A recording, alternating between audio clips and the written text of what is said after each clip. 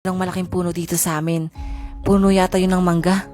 Mapapansin mo na sa tuwing dapit hapon, sobrang daming alitap-tap ang nakapaligid dito. At ang paniniwala namin doon ay may nakatirang tikbalang.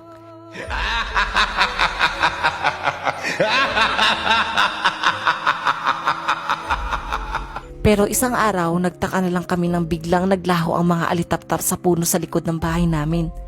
At kapansin-pansing lumipat ito sa kabilang puno kung saan nakatira ang aming kapitbahay. Paniniwala namin, lumipat na ng tirahan ng tikbalang kaya sinundan siya ng mga alitap-tap. Mga alitap-tap na sinasabing mga lambana raw. Lambana ay isang uri ng engkanto na maliit at may pakpak tulad ng sa tutubi. Tanda ko pa dati na may nabalita sa lugar namin na may dumadalaw daw na tikbalang. Tawagin na lang natin ang saksi na si Aling Nena. Madaling araw daw noon nang may inaasikaso siya nang may marinig siyang mga yabag ng kabayo sa labas.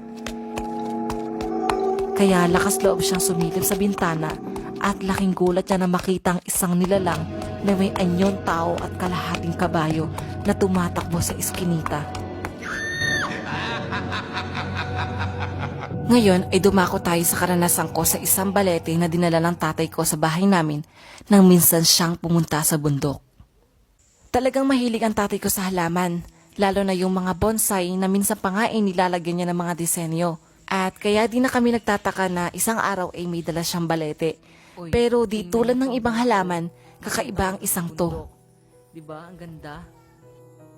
Ang balete ay isang uri ng puno na punong-puno ng mga kwento. Ito daw ay tirahan ng mga nilalang tulad ng engkanto at multo. Pagkakita ko pa lang sa baleteng dala ni tatay, may kakaiba na agad akong naramdaman. Pakiramdam ko ba'y parang may kasama at dinala si tatay maliban sa baleteng dala niya.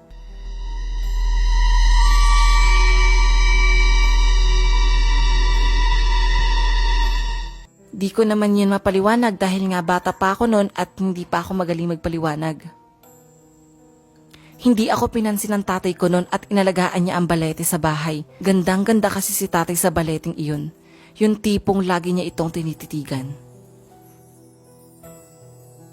Isang gabi, habang tumutulog ako, nanaginip ako ng masama. Sa panaginip ko, nasa isang madilim na lugar ako. Tumingin-tingin ako sa paligid at maya-maya lang, nararamdaman kong parang may lumalapit sa akin. Kaya napalingon ako at nakita ang isang nilalang na may anyong tao at kalabaw. Nakakatakot ito, kaya nagpumilit akong tumakbo pero hindi ko magawa. Hindi ako makaalis